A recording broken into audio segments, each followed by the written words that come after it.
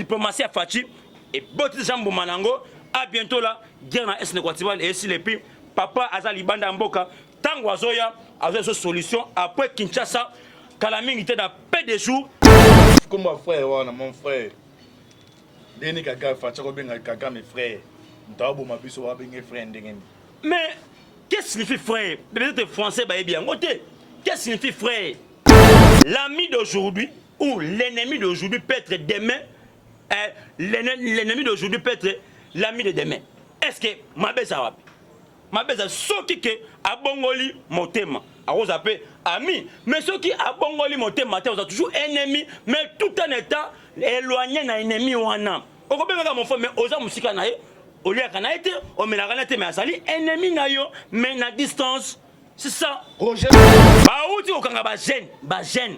Oh, yo ba recruter qui pour bâtir bango na katia mouvement ADF nalo. Ba kanga ki bango. Na niveau S, ba image ezali, bilili ezali. Ba congolais pop.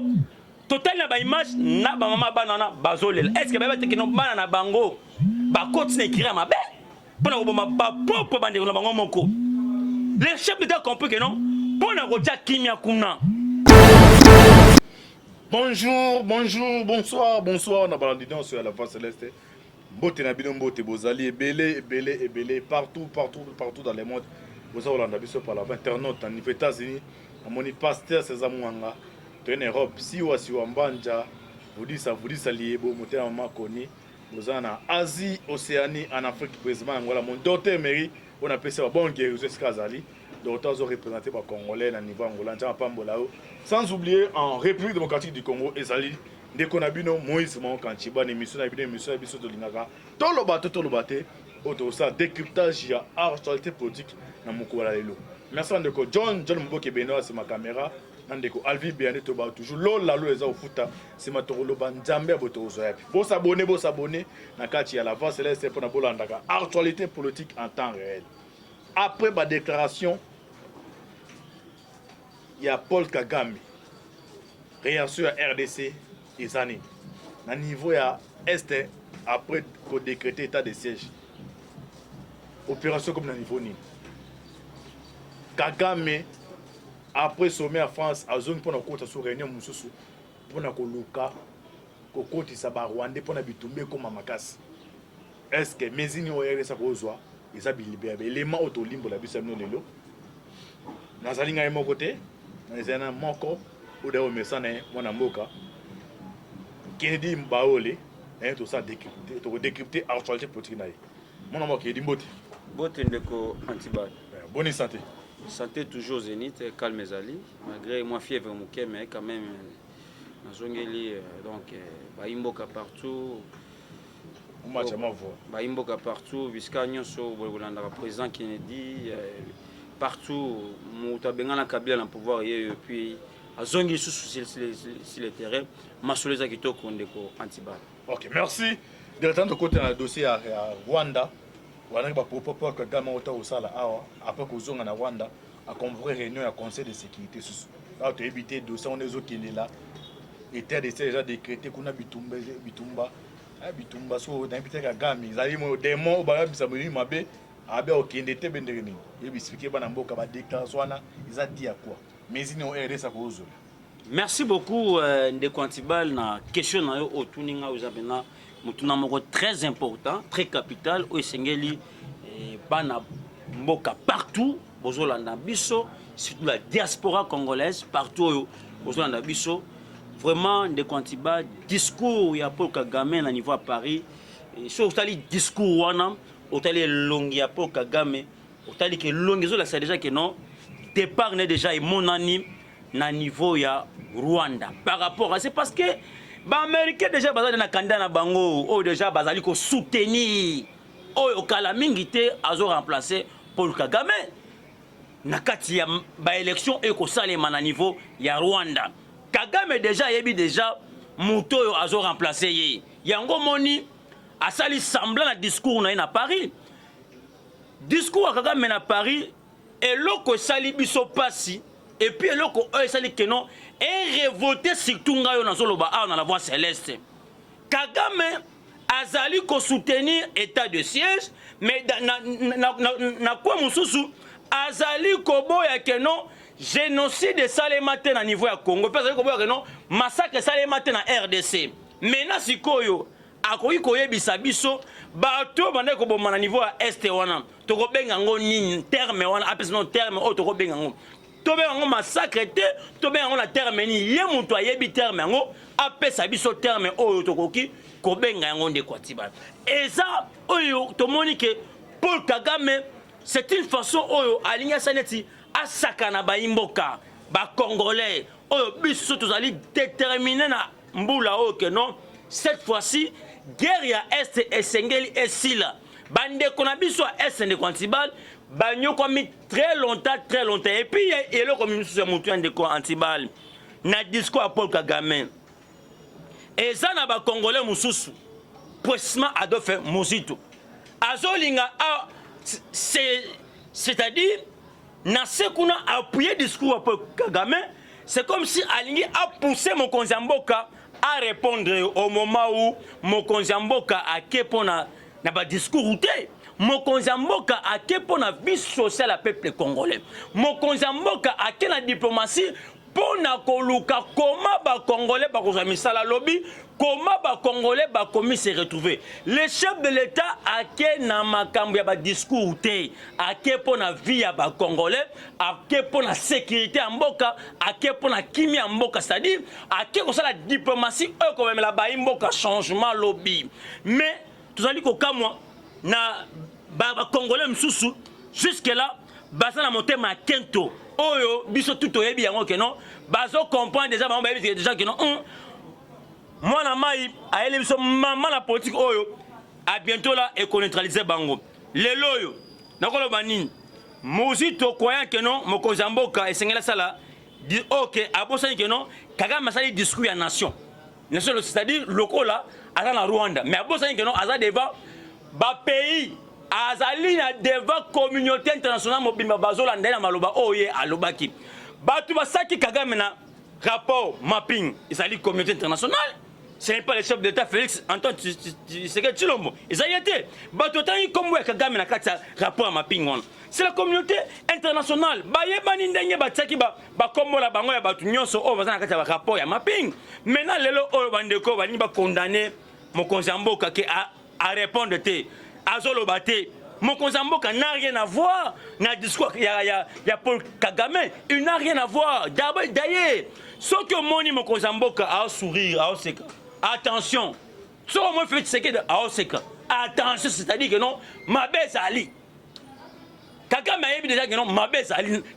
nangam na bango déjà que non ma baisse ezali discours asali wana ezali discours lokola muto asali discours na Rwanda Mokonzi Mboka a aussi la diplomatie puis place azali abi que non aza devant ba état c'est un discours oyo ya kosala ya ba état parce que ezali discours ya ba individu de Atibala ezali discours ya ba pays état c'est-à-dire esengela eba mainini yo ye akoloba devant ba pays nyonso monde entier il n'est pas comme Kagame d'ailleurs so tali elobel na ye ça montre déjà que non il est partant azali muto kala mingi te azolongo na pouvoir na Rwanda c'est pour cela ndeko Atibala zali ko informer na baimboka boye basa na kimia musu babiso ki Kagame le bon pas manque leadership ni se bande ko mubake et na otanga chutine awa ya manque leadership makasi ezalité non ezali manque c'est sous forme de camouflage c'est non mubake non mana mentir fa le bazo bazana raison non ezali manque leadership te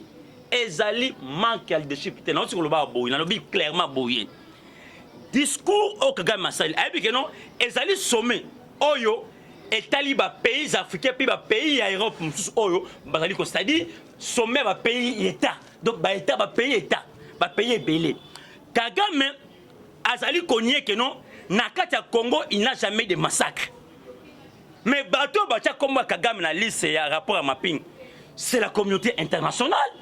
Comment Kagame ayebi ke batu wana ne bachaye na kati ya rapport de mapping, il a fallu à répondre communauté internationale rapidement comme ça, mais à l'ouki correspondre bango rapidement mais alinga ki ma eloko wana EDD Mokonzi Mboka kekuna pour la dissoute, à quel pour la coopération, à quel pour la kolukake, ba Congolais balia, à quel pour la mission Congolais balia, ba c'est pas la bon prévenez.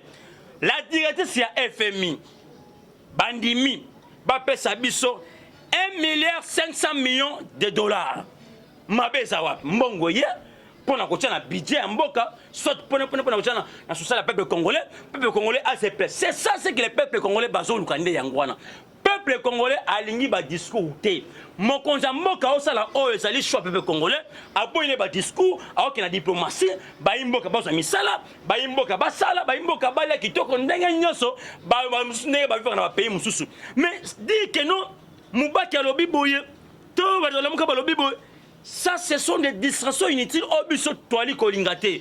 Babou, c'est que non, chef de l'État, Azad deva ba État des Nations, et puis Azali, président de l'Union africaine. Alors que jamais qu'on réponde à Babilo Kagame va y on est aussi mbaté, on a akobima moins par rapport à Kagame. Aussi longtemps que non, c'est un diplomate, ou Azali kokene koluke la banane, bilay ya kolia pour que Baimboka, Bami se retrouve. Baimboka, balon on a célibat pendant 18 ans de Contibal, au Kabila Tchapson Mboko pendant 18 ans, tout bas la kate, tout ça va chômeur, tout ça de façon impossiblement de Contibal. C'est-à-dire, bande quoi la mouka, bazo rêver, bazo toujours continuer à rêver, le quoi la bazo continuer à rêver. Quand bango mon koana, batelemela état de siège, quand bango mon koana, les longs de bango Kagame na ironie ça le lobby que non. Na oseni état de siège. Wa za déjà montoyo asubeli courant. Ndeloko Kagame asali. Asali ironie mais ebi que non aza na pression sur le plan international. À bientôt Kagame na Rwanda bazo remplacer da challenger déjà Yebani o azali bien soutenu sur le plan international. Diplomatie à Fachi et Boti Jambo Manango à bientôt là guerre na Est Equatorial et si les pays papa azali banda mboka tango azoya avec une solution après Kinshasa Kalaming était dans peu de jours alors qu'il y a un bouchiment place que s'appelle bibenda bika na niveau ya bouchiment de ko antibal mais ba de wabi comme mon frère mon frère Denis Kaka Facha benga Kaka mes frères ntabo mabiso wa benga frère ndenge mais qu'est-ce que signifie frère peut-être français ba bien côté qu'est-ce que signifie frère so lobby mon frère même un Tanzanien à cause de la paix Ndekonayo en tant que non à cause de la paix Ndekonayo en tant que baïmé on est des humains on est des frères mais il faut croire quel frère homme Kozamboka à l'obéli Paul Kagame c'est ça la diplomatie politique c'est ça la politique alors que jamais qu'on va dire que non mon ennemi non alors que non mon frère jamais qu'on le bayango là c'est très idiot pour ce qu'on a. Est-ce que yo ne s'abonne de quoi tu vas pas dire que non l'ami d'aujourd'hui ou l'ennemi d'aujourd'hui peut être demain l'ennemi d'aujourd'hui peut être l'ami de demain.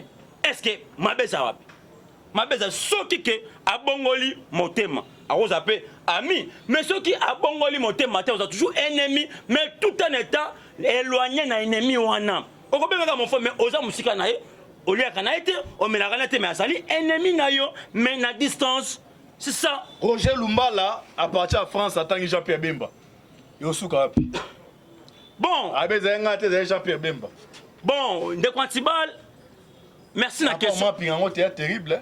Il y a un autre lobby. Il y a un autre lobby que non, merci na mutuna. Au moins, le yo, mata tampogno, pour na revenir na question na yo. Mata tampogno, ba sambi ses premiers jours. Na affaire Bukangalonzo. Tomoni mata bon ya bimi, to kabo kamere pe na kati ya affaire ya Bukangalonzo. Ah! Mais kamere a un problème à 100 jours. Quand même kamere on a comme ça affaire Bukangalonzo. Mais ça c'est sérieux. INC parti à Vital Kamere. Ba l'équipe ba lobinine. Ba lobin non. Kamere azali na kati ya affaire Bukangalonzo te. Kamere tango bazali ko sama kama Bukangalonzo Kamere zaki en opposition. On a selon INC nde batu balobi bongo mais matata mponyo azali conscient que non Kamere pe azali impliqué na kati affaire Bukangalonzo maintenant en tant que ngai communicateur na analyser et eloko wana je me suis rappelé à l'époque na mané qu'on a émission sur cette TV on est 16 kabongo wana c'est Kamere a rejoint l'opposition. Alors on a Kabila a rejoint l'opposition. Serge Kabongo a lobby que non. Opposition bamanga mbongo moko boye. Mais ces gens n'ont pas compris moni Kamere à quelle banque mon son pakala à quel kobimisa $1 million pour na ko ravitailler ba besoin opposition. On a pas d'interrogation. Place on a pour na revenir le qu'on a Roger Lumbala tangi Jean-Pierre Bemba et koyebana ba kolandela ba dossier ici que réellement que Bemba a allé citer le dossier on a que la justice fait son travail ici même dans un union sacré mais oui même si azan union sacré Moussa sengesa la Moussa na yango justice faut ça la Moussa na yango tomoni awa na makambu ya ba musulman awa na martyr parce que ba le non UDPS biso mo to ba kolo ba état de droit eza na petit moko oyebi très bien na ilongi boyebi azalaki parlementaire ya UDPS posa parlement de na niveau tchango comme na ye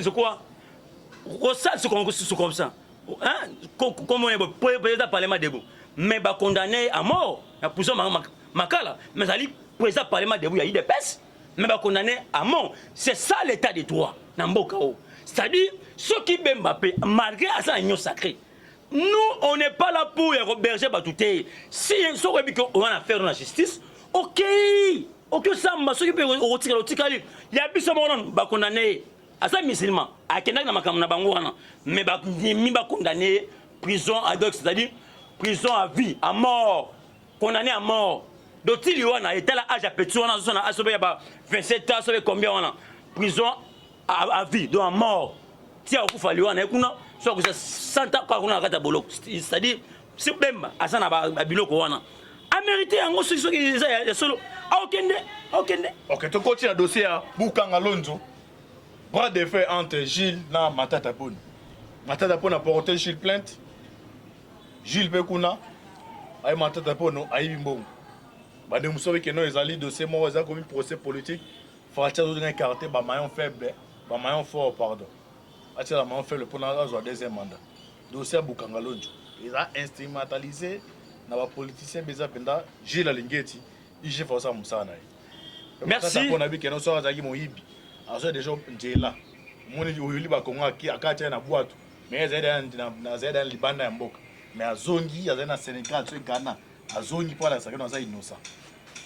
Merci ndeko Antibal IG Forza Musana kitoko kucha pona papa na biso Gilles Alingete na musala o azali ko sala asala musama kitoko Matata Ponyo azaye mokote Ezeki sengeli Gilles Alingete a saisir bango nyonso basé écrit so bolandi bien Olive pe akosanga te Kabila pe akosanga te bazali à laquelle le mulongo bazande sambo ya mulongo ya bato o sengeli basamba likambu ya Bukanga Lonzo c'est-à-dire Gilles Alingete a osala musala kitoko a saisi Matata Ponyo bien loko déjà Matata Ponyo en tant que camé na dossier wana Gilles Alingete a comme yango très bien akangango bien ala nango malembe okomona pe Kabila pe na kata dossier na akozanga te Olive pe akozanga pété Mende pe akozanga pété Bochabi pe akozanga pété Matata Ponyo nini mais bazo reprocher c'est parce qu'il a eu à voler avec les gens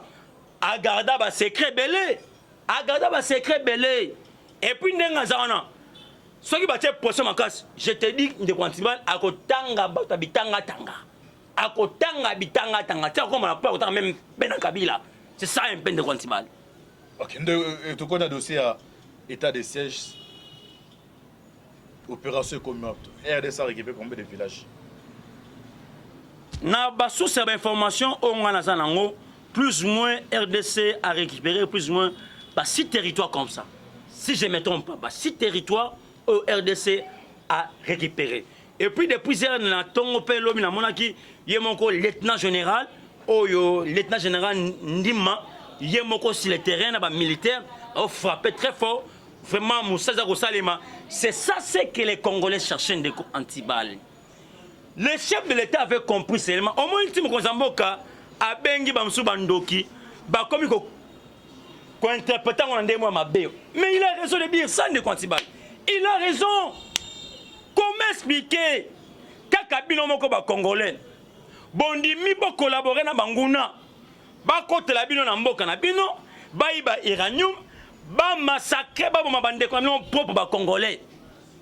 Les gouverneurs infiltration des congolais même ndenge moko ba uti okanga ba jeune oyo ba recruter ki po batia bango na kati ya mouvement ADF nalo bakanga ki bango na niveau S ba image ezali bilili ezali ba congolais pop total na ba image na ba mama banana bazolela est-ce que ba tekino bana na bango ba continue écrire ma belle pona ko ba pop bande ko na bango moko les chefs d'État compris que non pona ko ja kimia kuna et sengeli ko pesa ba militaire ba diriger province wana pour que kimia écoute prévenez yango tomoni biso na bino kimia goti lelo yo bayi Goma bayi Turi bayi Bukavu bayi pe ko tambola pe 18h 19h 20h 21h pe bazongi bandako c'est parce que pourquoi bazali encadré na FARDC o bazali pendant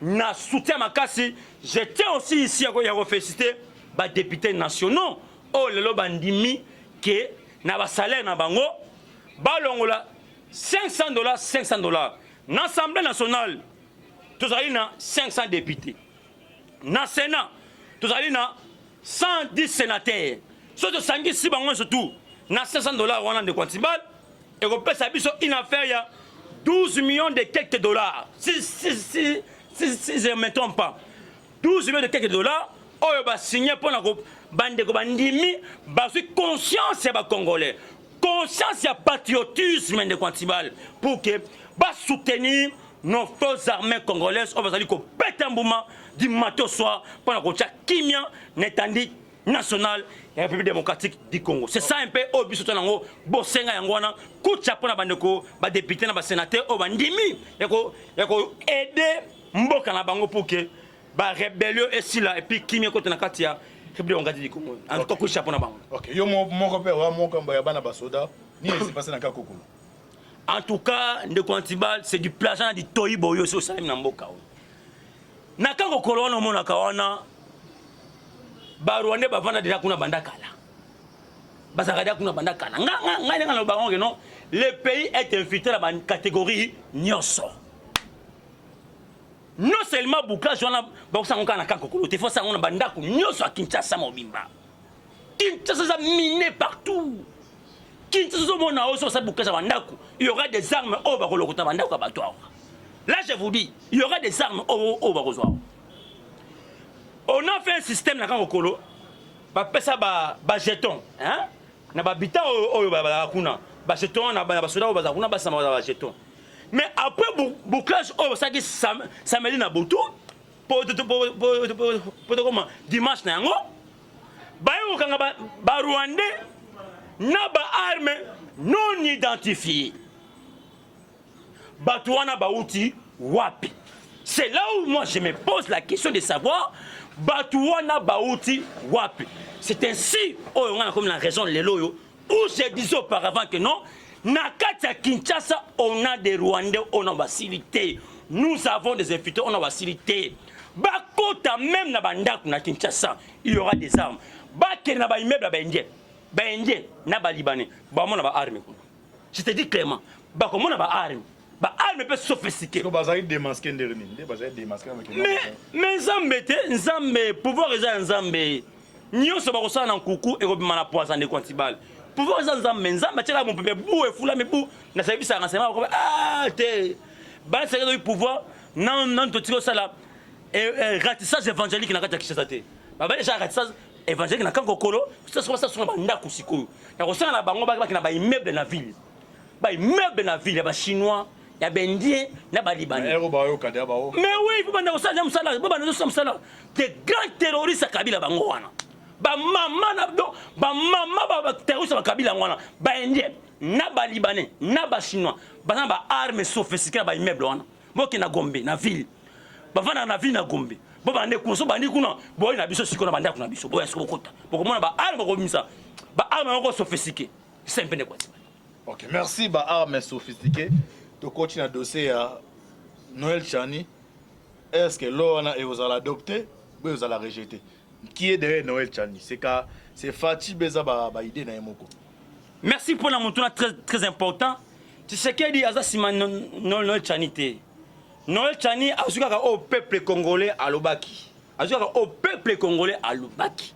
Nde oye a osalela. Peuple à l'Obini, à l'Obi boye. Avant tout qu'il n'a pas ponami à solo. Et sengeli basala recensement. Na linga ni koloba. Batala nani oyo ayali congolais na oyo ayali congolais te. C'est ça.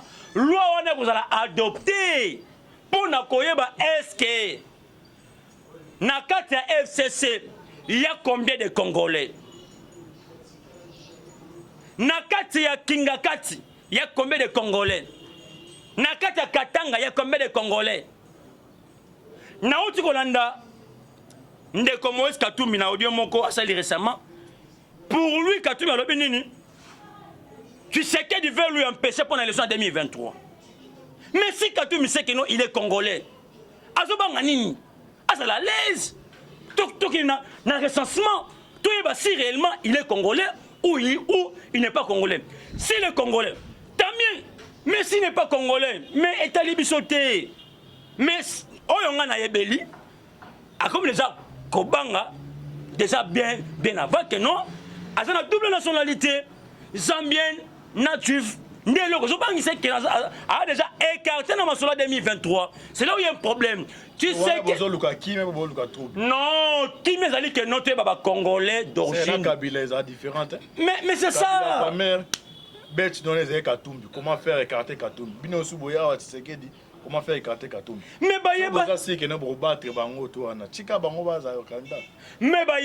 non. Balobi boye. Loi oyo bako voter wana balobi boye. Pour nous postuler dans Katia, présidence de la République et Seigneur aux Congolais de pères et de mères. On a première des choses au Seigneur dans la loi. De un, tu as dit que papa Moïse Katumbi comme on a nani, maman Moïse Katumbi comme on a nani, papa Kabila déjà à Ebana, maman Kabila déjà à Ebana, Azali 50 Tanzaniens, 50 Rwandais. On a Kabila, on a quoi Kabila? Katumbi Azali 50 Zambiens. 50 juifs. Maman Katumbi azali zambienne. Wana muntu akontodinga azate. Aza zambienne. Papa na azali juif. Wana eyebani. Soko mo lelo Katumbi comme se lamenter ayebi sort o ezokoya. Ayebi sort o ezakoya. Ezali prophétie en volus de Simon Kimbangu aloba yango. Que le 5e président sera beaucoup combattu mais jamais abattu. Ni autre que na yango.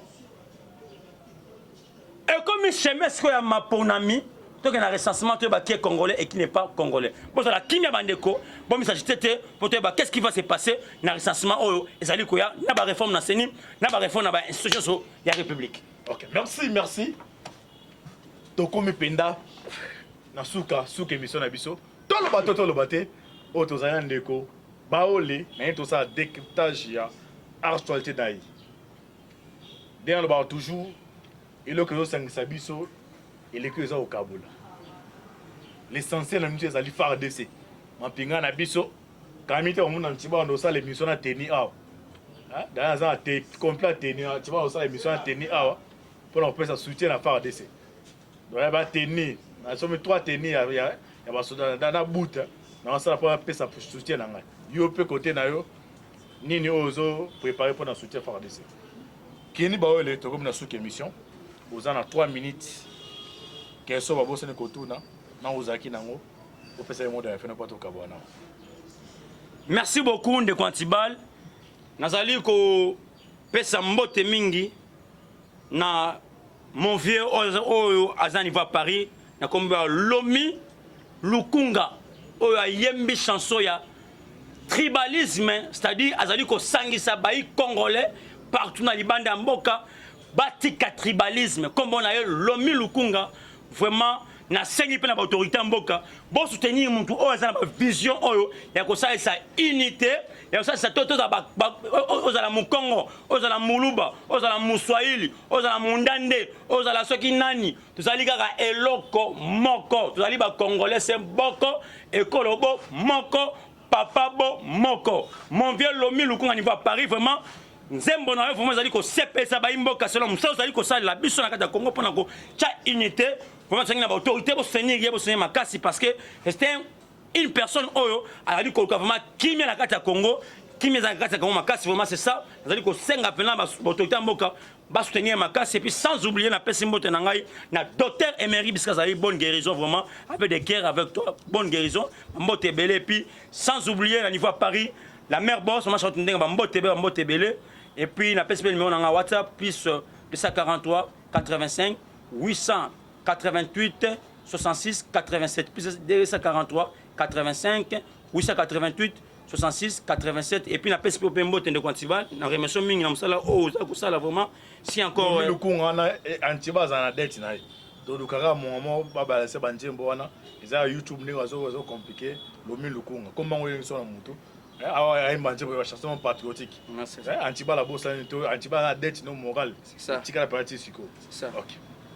Merci to comme na suka émission na biso to lo baté bo s'abonner merci ndeko John Mboke Bende c'est ma caméra c'était votre humble serviteur Moïse Maokan qui nous unit et puis faut ce qui nous divise ce qui nous unit c'est la République démocratique du Congo ce qui nous divise ezali keto o sokoza mutema mabe o kota lola te donc yo critiquer système yo oyini nde mutanga botolo ni mwana mwasi bozana poete mo inie boy donc comme ko inaye ko lekana kabila tika motema mabe tiki motema be futa raté o tika la kuna oza 8000 km o mata na Champs-Élysées mi bambana se OK sous na menani na Amérique OK na maison blanche o matomi bambani volonté njambe soka tango atela mutamukité Kabila Joseph to bete ko za président de Belgique mais destin njambe ata bandeko bokita weka destin njambe de président non Kabila Joseph à la prison et ça ndemo ba président so bazali même Tshisekedi dans ça et ça destin yo pe na ozawana bon ba tia so destin njambe Tshisekedi na papa biso to yebaka non so mobutu alonga na pouvoir ye mutaka comme président mais destin njambe beke yete comme président njambe ne mutachaka destin mais so comprendre le quoi te okonyo comme oko sala ba manifestation okonyo comme njamba pambola bino bo prier makasi pour na RDC bo prier makasi pe pour na biso na ba toujours les antibal aso bengi pour intimidation do ata lance roquette et dendaka tuna Kabila bi lance ata yebo et dendaka ba antibal blague te merci na ndeko qui dit moyenne do répondre à l'invitation ce archoté zali oya pour to limbola bisabit Jean-Paul Bolabino affaire à suivre ciao bien wana muntu akontodinga azate aza bien papa na azali tuif wana eyebani soko mo lelo okatumi komi komise lamenté ayebi sort oyo ezokoya ayebi sort oyo ezakoya ezali prophétie ya mvulu de Simon Kimbangu aloba yango que le 5e président sera beaucoup combattu mais jamais abattu ni autre que na yango et comme chemin ce ya maponami donc un recensement qui est congolais et qui n'est pas congolais. Bon, ça la kimia bandeko, bon, mais ça j'étais pour te qu'est-ce qui va se passer dans le recensement oyo ezali koya na ba réforme na seni, na ba réforme na ba institution so ya république. OK, merci. Toko mipenda na suka émission na biso. Tolo baté, o tozaya ndeko, baole, na to ça décryptage ya actualité dai. Derrière le bar toujours et le que ça biso et les que au Kaboul. L'essentiel de nous c'est d'aller faire DC. Mampinga na biso, kamite au monde antiba on ça l'émission na teni awa. Dans ça té complet teni, tu vois on ça l'émission na teni awa pour on peut ça soutien à faire DC. Donc il va tenir, na somme 3 tenir ya ba soda na bout. Na ça pour peut ça soutien na ngai. Yo peut côté na yo nini ozo préparer pour na soutien faire DC. Kini ba ole to comme na sous émission.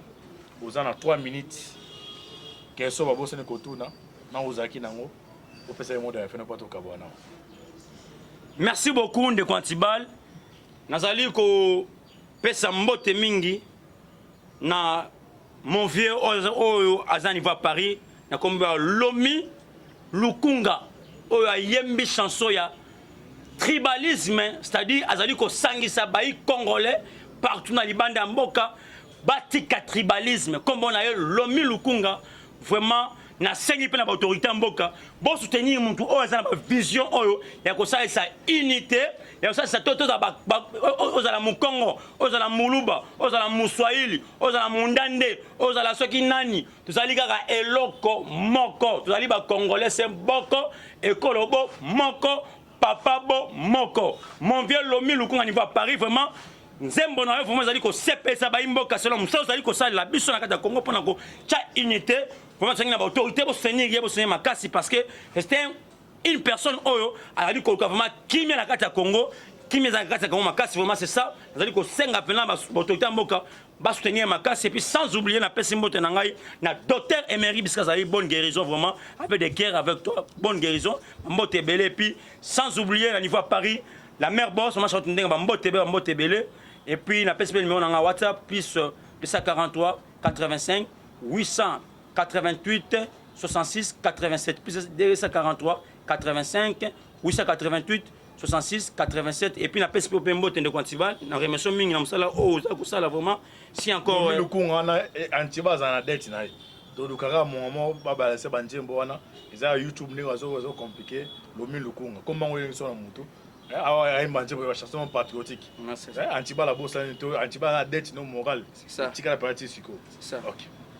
Merci to comme na suka to comme na suka biso na biso to lo baté Beau s'abonner, merci à John Mboke Bende.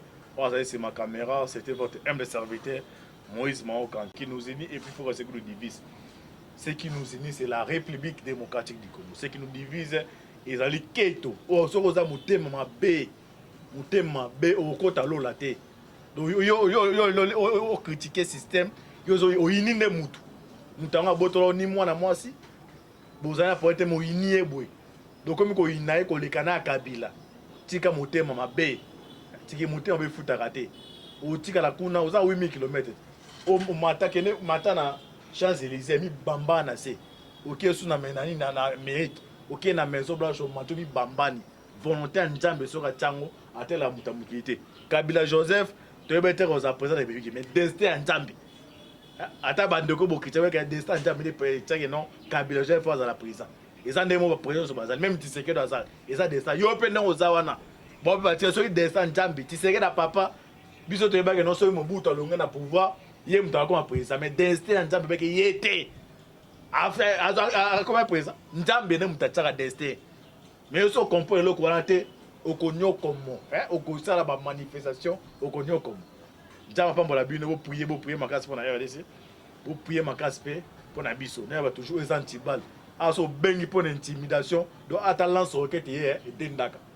tuna Kabila bi relance ata yebo et dendaka ba antibal blague té merci na ndeko qui dit moyenne do répondre à l'invitation ce archoté zali oya pour to limbola biso abit Jean Paul Bolabino affaire à suivre ciao.